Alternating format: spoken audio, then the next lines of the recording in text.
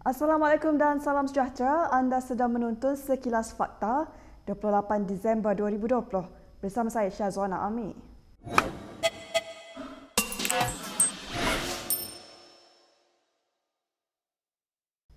Pemuda UMNO hari ini menggesa kerajaan untuk menubuhkan satu pasukan khas bagi menyiasat kegiatan kartel penyelundupan daging import haram yang diragui status halal. Memandangkan banyak agensi dan institusi yang terlibat dalam urusan kawal selia, pensijilan, pemeriksaan, penguatkuasaan industri halal di negara hari ini, maka Pergerakan Pemuda UMNO Malaysia mendesak agar ditubuhkan segera pasukan khas yang turut melibatkan Polis Diraja Malaysia dan juga Suruhanjaya Pencegahan Rasuah Malaysia SPRM agar segala siasatan dapat dijalankan secara mantap dan bersepadu. Terdahulu, Ketua Pemuda UMNO Ashraf Wajdi Dusuki bersama beberapa wakil Pemuda UMNO hadir ke Balai Polis Dang Wangi bagi membuat satu laporan polis berhubung perkara itu. Beliau antara lain mempersoalkan sekiranya Jabatan Pemeriksaan Veterina dan Jabatan Kemajuan Islam Malaysia melakukan pemeriksaan secara berkala setiap tahun untuk memastikan status halal terus dipelihara. Ashraf turut menegaskan rakyat berhak mendapat maklumat yang jelas mengenai syarikat dan individu termasuk orang kenamaan yang terlibat di sebalik kartel daging import haram tersebut. Sementara itu, salah seorang ulama PAS menjelaskan orang Islam di Malaysia tidak perlu berasa gusar jika termakan daging haram yang diimport. Bahkan kata Ahmad Dusuki Abdul Rani, hal itu tidak menjadi masalah kerana beberapa sebab. Melalui penjelasan yang diberikan Yang di-Pertua PAS Shah Alam itu, beliau berkata isu daging haram yang sedang hangat diperkatakan sekarang adalah hal yang sudah lepas. Satu makanan yang terlepas, kita tak tahu halal ke haram, tapi dah masuk dah dalam tuadan kita, maka itu dijadikan satu perkara yang dipanggil umum membalwa, satu benda yang lepas, yang tak perlu lagi untuk kita nak cari dan kita nak congkil kembali. Adapun yang kalau kita tahu perkara tersebut, daging itu daging yang haram, kita jangan makan. Kerana Rasulullah pesan, kullu lahmin nabata min haram fannaru aula bi. Mana-mana daging yang tumbuh daripada sumber yang haram ataupun daging yang daripada yang haram itu sendiri, maka nerakalah yang sesuai untuk mereka.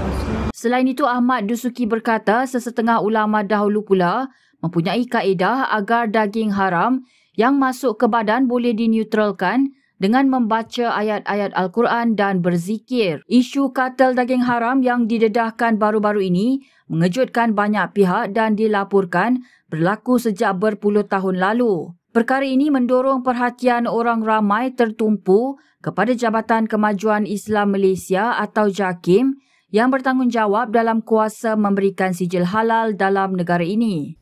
Baiklah, kita beralih ke perkembangan seterusnya. Isu berkenaan perkhidmatan feri Pulau Pinang telah menyaksikan Menteri Pengangkutan Wee Ka Siong dan Setiausaha Agung DAP Lim Guang Eng terus bertikam lidah. Dalam satu hantarannya di Facebook, Wee menyindir bekas Menteri Kewangan itu sebagai Ketua Menteri Hujung Minggu untuk Pulau Pinang kerana terlibat dalam polemik mengenai feri di negeri berkenaan. Wee yang juga Presiden MCA mendakwa orang ramai kini keliru dengan keadaan itu kerana Ketua Menteri Pulau Pinang sebenar ialah Chow Kon Yeow. Katanya ia menjadikan Lim orang yang paling tidak tahu malu. Sebelum ini, Lim mendakwa cadangan menamatkan perkhidmatan feri Pulau Pinang pada hujung tahun ini menunjukkan kerajaan pusat melakukan konfrontasi terbuka dengan rakyat negeri itu. Kata Lim, perseteruan itu diketuai Wee sendiri. Lim yang juga ahli Parlimen Bagan mendakwa ada beberapa projek lain yang diluluskan Kerajaan Pakatan Harapan sebelum ini turut dibatalkan PN. Justru kata Lim, orang Pulau Pinang tidak akan memaafkan MCA dan Wee. Menurut Wee, sebelum ini Kerajaan PH juga bersetuju untuk menggantikan perkhidmatan feri Pulau Pinang dengan katamaran. Malah katanya adik perempuan Lim yang kini menjadi anggota Dewan Negara, Lim Hui Ying juga bersetuju dengan langkah berkenaan. Tambah Wee, pihak yang benar-benar merosakkan nilai warisan berharga Pulau Pinang adalah Lim sendiri. Kes COVID-19 di Malaysia kekal 4 angka apabila 1,594 kes baharu dan 3 lagi kematian diumumkan hari ini. Daripada jumlah itu, 1,591 merupakan kes tempatan dan 3 lagi kes import. Negeri Selangor melaporkan kes harian baru tertinggi iaitu sebanyak 697 kes bersamaan dengan 43.7%. Daripada jumlah ini, sebanyak 593 kes iaitu 85.1% adalah daripada kluster-kluster dan saringan kontak rapat COVID-19 yang aktif dijalankan di lampangan. Ini diikuti oleh wilayah Persekutuan Kuala Lumpur sebanyak 194 kes iaitu bersamaan dengan 12.2% dan Johor sebanyak 191 kes iaitu bersamaan dengan 12%. Perkembangan itu menjadikan kes terkumpul positif COVID-19 di Malaysia berjumlah 106,690 dengan kes aktif sebanyak 20,643.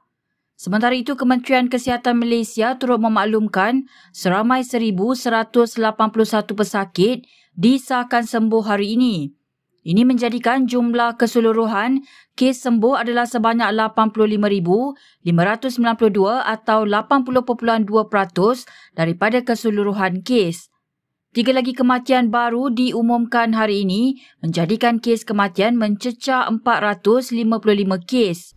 Dalam perkembangan lain, Jabatan Kerja Raya digesa bersikap adil dan memohon maaf kepada semua pengguna yang pernah terlibat dalam kemalangan akibat keadaan jalan raya yang berlubang. Dalam satu kenyataan, Ketua Pemuda PKR Kuala Langat, Muhammad Shah Reza Muhammad Tuniman berkata, tidak wajar permohonan maaf hanya dibuat ketika kemalangan melibatkan menteri sahaja. JKR Kuala Langat semalam memohon maaf kepada Menteri Sains, Teknologi dan Inovasi Khairi Jamaluddin yang mengalami kecederaan selepas basikal dinaikinya terlanggar lubang. Semalam Khairi cedera di bahagian muka selepas terjatuh ketika berbasikal di Jalan Kampung Seri Ceding, Banting, Selangor. Khairi mengesahkan perkara itu melalui akaun Twitter miliknya dengan memuat naik sekeping gambar memaparkan keadaan muka yang lebam dan gambar lokasi kejadian. Susulan itu, pihak JKR membuat permohonan maaf di Twitter. Bagaimanapun, permohonan itu disambut sinis oleh warga maya.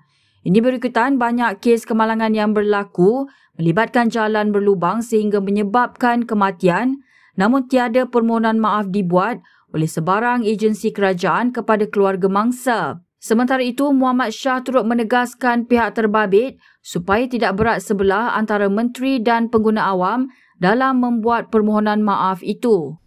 Walaupun aplikasi ini lebih popular di kalangan golongan muda, namun usia bukan penghalang untuk Presiden UMNO Ahmad Zaid Hamidi memiliki akaun TikTok.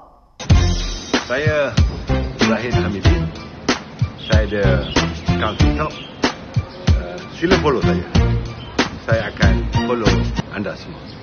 Pengumuman itu turut dikongsikan beliau di laman Instagram peribadinya pada minggu lalu dan mempelawa pengguna TikTok untuk mengikuti akaunnya. Ahmad Zaid turut berkongsi satu rakaman video bersama seorang cucunya yang menggelarnya datuk terhebat di dunia. Grandpa tahu tak the difference between you and Pele?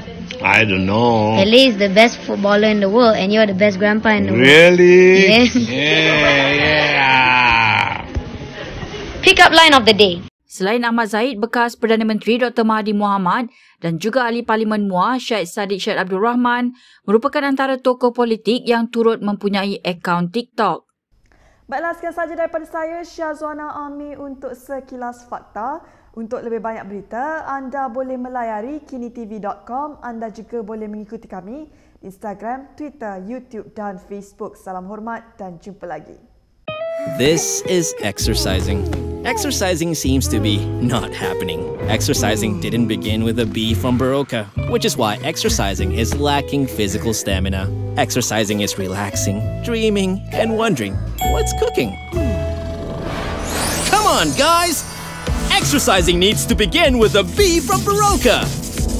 An energy boost so you can exercise with better physical stamina.